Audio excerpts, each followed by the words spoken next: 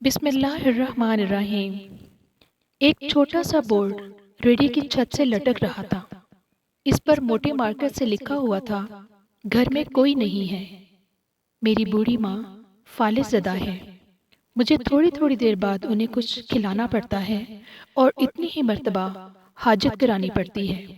اگر آپ کو جلدی ہے تو اپنی مرضی سے فروٹ تول لیں اور پیسے کونے پر ریگزین کے گتے کے نیچے رکھ دیجیے، ساتھ بھی ریٹ بھی لکھے ہوئے ہیں۔ اگر آپ کے پاس پیسے نہ ہوں تو میری طرف سے لے لینا، اجازت ہے، واللہ خیر الرازقین۔ ادھر ادھر دیکھا، پاس پڑے ترازو میں 2 کلو سیب تولے، درجن کیلے لیے، شاپر میں ڈالے، پرائس لسٹ سے قیمت دیکھی، پیسے نکال کر ریڑھی کے پھٹے کے گتے والے کونے کو اٹھایا، وہاں 100، 50، 10، 10 کے نوٹ پڑے تھے۔ میں نے پیسے اس میں رکھ کر اسے ڈھک دیا۔ ادھر ادھر دیکھا کہ شاید کوئی میری طرف متوجہ ہو، اور شاپر اٹھا کر واپس فلیٹ پر آ گیا۔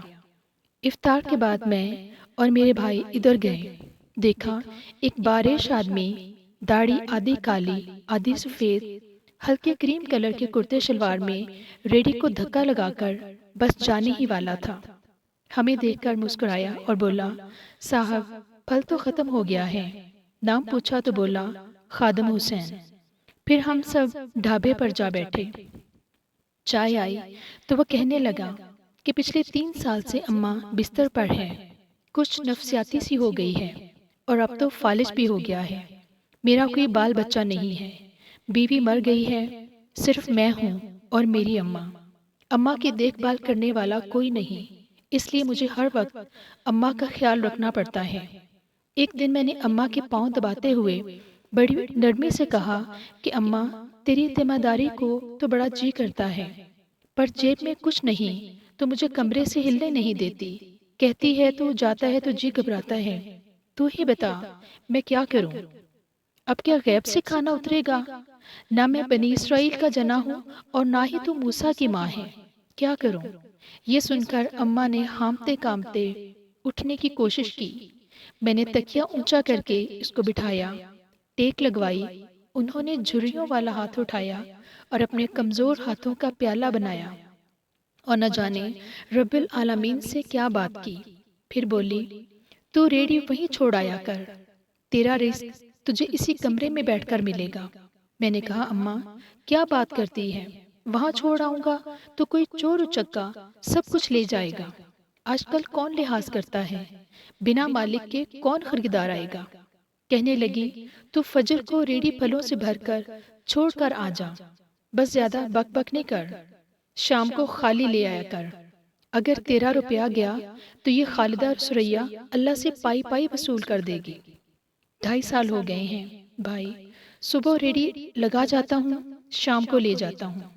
لوگ پیسے رکھ جاتے ہیں، پھل لے جاتے ہیں، دھیلا اوپر نیچے نہیں ہوتا، بلکہ کچھ تو زیادہ رکھ جاتے ہیں۔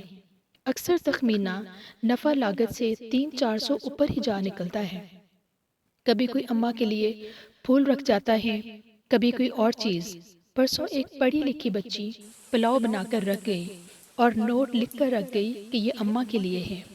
ایک ڈاکٹر صاحب کا گزر ہوا، وہ اپنا کارڈ چھوڑ گیا اور پشت پر لکھ گیا کہ انکل، اماں کی طبیعت نہ سنبھلے تو مجھے فون کر دیجیے گا، میں گھر سے پک کر لوں گا۔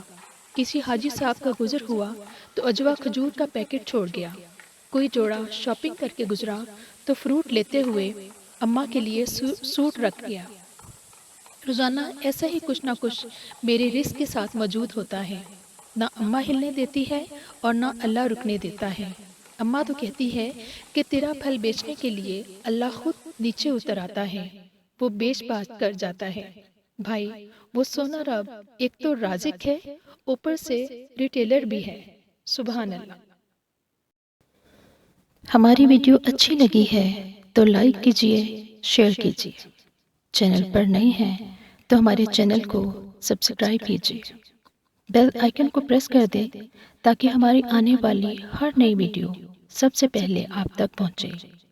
اپنا بہت سارا خیال رکھیے، دعاؤں میں یاد رکھیے، خوش رہیں، ہمیشہ آباد رہیں۔ اگلی ویڈیو تک کے لیے اللہ حافظ۔